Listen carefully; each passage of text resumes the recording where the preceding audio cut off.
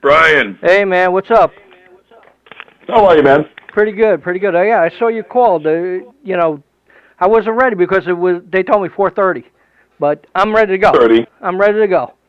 You know? Yeah, right here. Cool. It says 12 PST. Yeah. So, when's the last time you were in New York to have some pizza? Let's see. Well, the last time I was there was it was this year when we played Webster Hall, wasn't it? Right. Cool. Oh no, was it last year? Wow. When was that? It was before, no, it was this year. Cool. It was before we played on the boat. Yeah. Yeah, 'cause last time we talked a lot about me being born in Brooklyn and living in Queens, and you talking about New York and stuff like that, which was a great interview. I really enjoyed the talk. So. No, you know what? I think it was last year because I'm thinking when I did we were doing a little East Coast run, and then it led into the Monster of the Rock cruise. But I got sick in Poughkeepsie. I got pneumonia. Wow. And by the time I got in the boat, I was still coughing up a lung. Wow. So it was definitely last year. Wow. So yeah, I guess that's the last time. Oh, geez. What am I thinking? Yeah. Cool. Jeff, Scott Soto. Tell me a little bit about Retribution. How do you decipher, like you're doing a solo album, and then you're doing Wet, and then you're doing Sons of Apollo. How do you keep everything separate from, saying, I'm going to use this for this album, and, I'm going to work with these guys with this album? How's that work?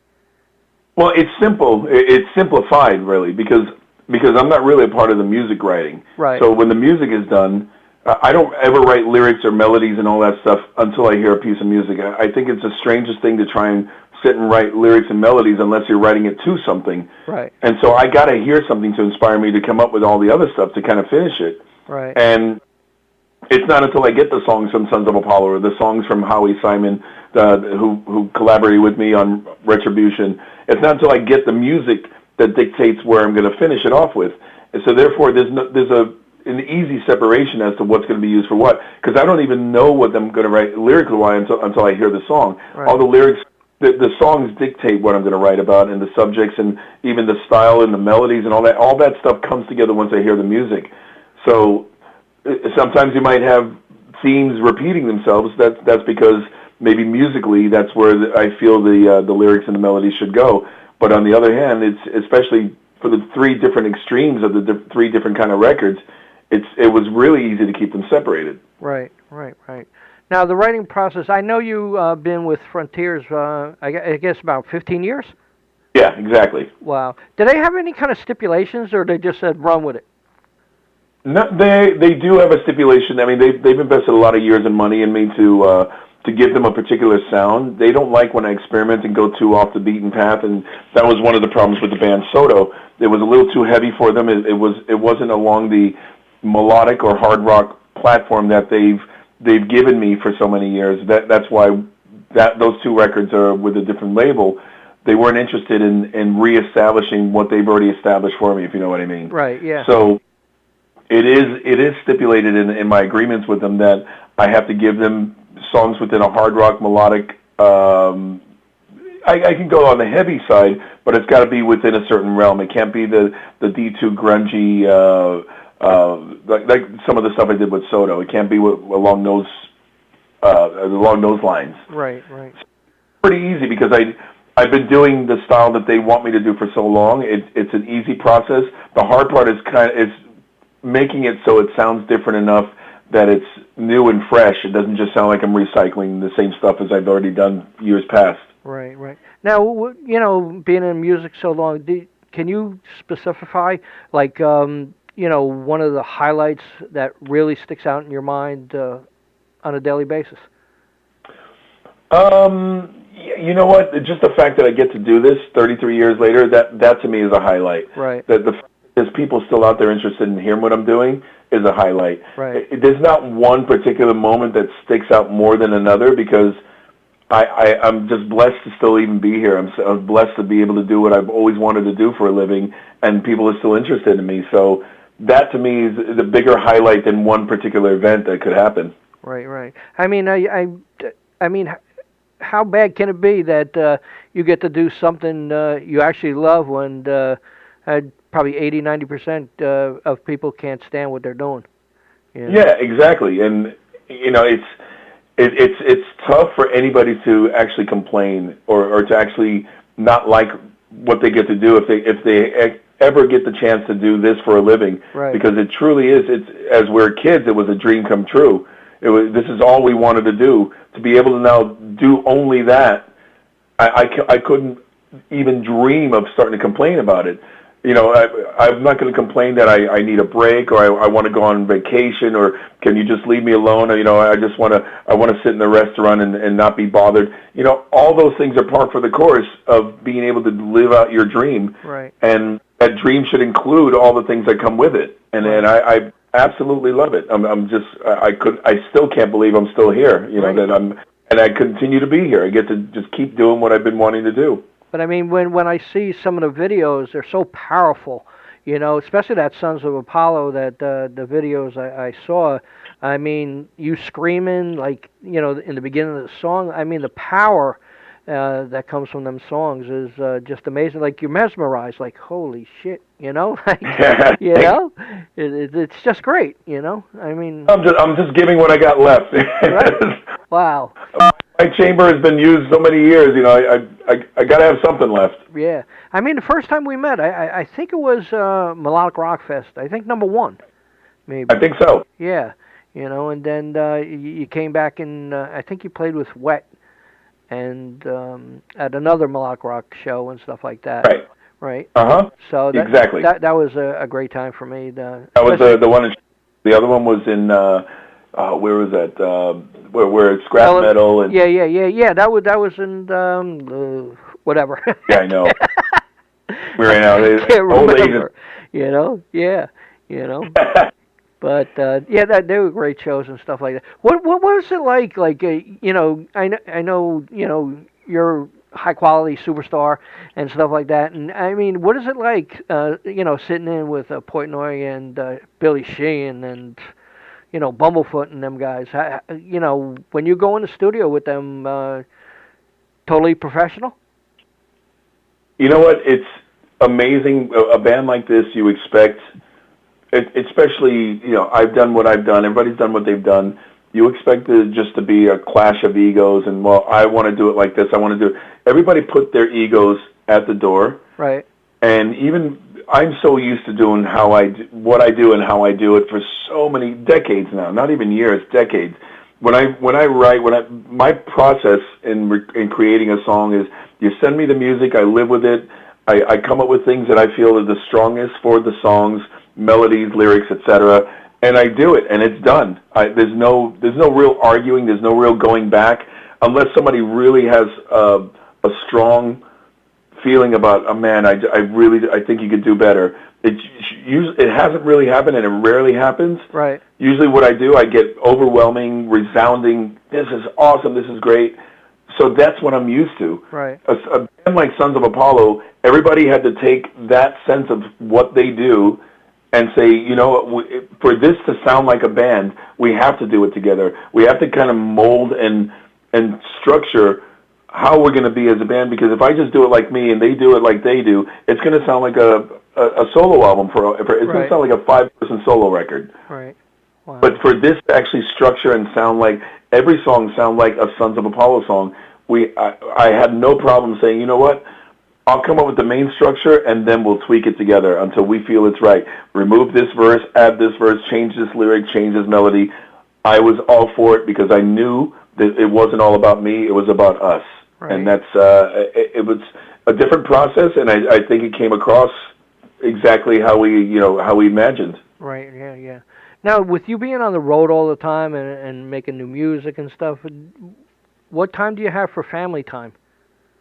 Well, it's as bad and it's not as bad as everybody thinks. It's kind of a double-edged sword there, because when I'm out there and doing what I'm doing, time just kind of stops, and I'm doing what I'm doing. Next thing you know, I'm on a plane heading home. Right. Obviously, the ones at home don't feel the same way.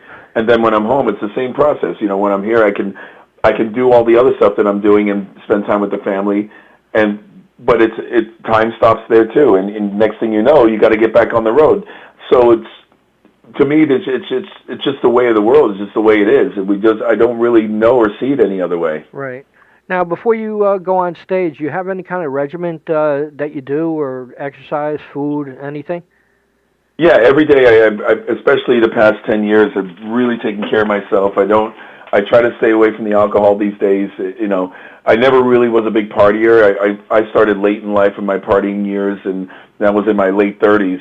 And so I pretty much kept it in check through the years. And now as I'm getting older, I realize that the recovery time is slower, and I don't want that to reflect in my performances and even my own personal being. So I'd rather not do that stuff just so I can fulfill my responsibility. If somebody that's working their asses off year in and year out, willing to actually spend their money on a ticket or on a record of mine, I want to make sure it's of a quality that they're spending their hard-earned money for. Right. I don't want to go on stage and make excuses. Oh, I'm a little hungover from last night. Sorry, you're not going to get the performance that the ones next week or the ones last week got. So as far as I'm concerned, I have a responsibility to deliver, and I really take that responsibility to task. Right. And as far as my rituals, like I do certain vocal warm-ups. Again, I can't just wake up and get on stage and do what I do. There's a process to getting myself there, so I want to make sure I know exactly how much voice I got before I get up on that stage, because I'm not going to go up there and try to do something that's not going to come out naturally. Right, yeah.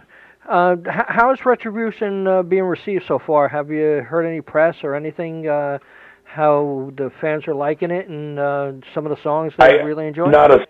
Not a single negative review or comment yet. I mean, they're yet to come, because the way you say people have nothing better to do with their time than to go on and sit behind the keyboard and hate on you. I never understood that, Yeah.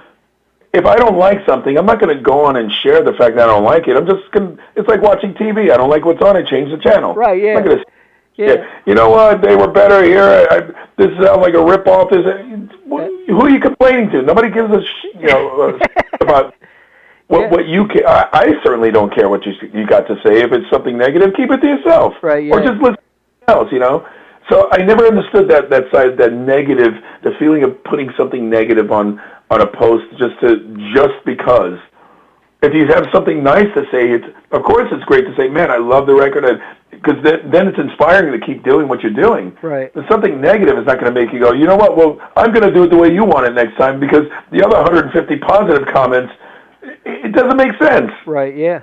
Definitely. Yeah, that's why, in the beginning of our site, RockEyez, we were doing like 1 to 10 and giving it stars and stuff. We dropped that. We got rid of that. It was like, it's almost like an embarrassment for us, because, so, okay, you got 5 out of 5. What does that mean? You 50% liked it, 50% didn't like it? Yeah. Now we don't do it at all. We don't do no stars. Right. We just write the review about the songs, and basically that's it. And it works out better. It all comes down to the old saying, opinions are like assholes. We all got them. Cool. And it's true. Yeah. Everybody's going to have an opinion. And the only ones we listen to, I listen to negative ones too, because I don't want to be doing something that people aren't going to be buying or listening to. Right. Of course I'm going to listen to, if they're saying, I prefer you singing or doing this, or I prefer when you were doing that kind of style, I'll listen to it, and then I'll deliver it maybe in another format. Right. But band Soto that I've had for the past couple of years, and the 2 records that we did, I didn't listen to a soul who were saying we prefer you doing the melodic rock thing, because if I listened to that, I wouldn't do the Soto albums that I really wanted to do. Right. So I take the constructive criticism and even the bad criticism on the stuff that I know I'm supposed to be delivering to that audience. Right, yeah. Wow. Will there be another Soto album? I'm sorry? Will there be another Soto album? There will be. That's one thing. We haven't really hunkered down and discussed it, because obviously losing somebody like David Z., who was a very important, pivotal in the band, he was so important to us, both personally and musically. We already knew they were taking a bit of a hiatus, because we rushed the second album out after the first one to kind of keep up with the momentum of the band just starting. But I knew for the third one, I didn't want to just throw it out there immediately. I wanted to have a little bit of a breather, kind of recollect our thoughts, and now even more so, losing David is it's going to take us a bit to truly to dig down of how we're going to do it, but we absolutely are. We're going to continue. SOTO to me is an important passion, as Sons of Apollo or Talisman ever was. So SOTO, yes, we'll definitely reconvene at some point. Cool. You have anything coming up you like to talk about? Well, the obviously Sons of Apollo tour, that's going to consume most of 2018. And I've just finished a new Wet album that's going to be coming out beginning part of 2018. What I'm talking about, the most thing I'm being asked, will there be any live dates with Wet or Jeff Scott Soto? And unfortunately, because we've been asked to clear out our entire calendars for 2018 for Sons of Apollo, I look at it, if somebody that works as much as Mike Portnoy can clear an entire year calendar, then so can I. Right. And that's exactly what I did. Wow. Very cool. Well, Jeff, it was great talking to you once again. I consider you my friend. I know you a long time. And congratulations, Thanks, Brian. It's always a pleasure talking to you, and all the best to you guys over there, RockEyez. No problem. Do you like to say anything to the fans in conclusion? I'll say the same thing I usually say when we speak. I'm humbled and I'm blessed to be able to do this for a living. I'm blown away that there's still people after 33 years willing and wanting to listen to what I got to offer. And I promise to you, I'll try not to let you down. And we got another long road of music ahead of us. So thank you so much. Thanks a lot, Jeff. I appreciate it. You got it, Brian. Bye-bye. Bye-bye.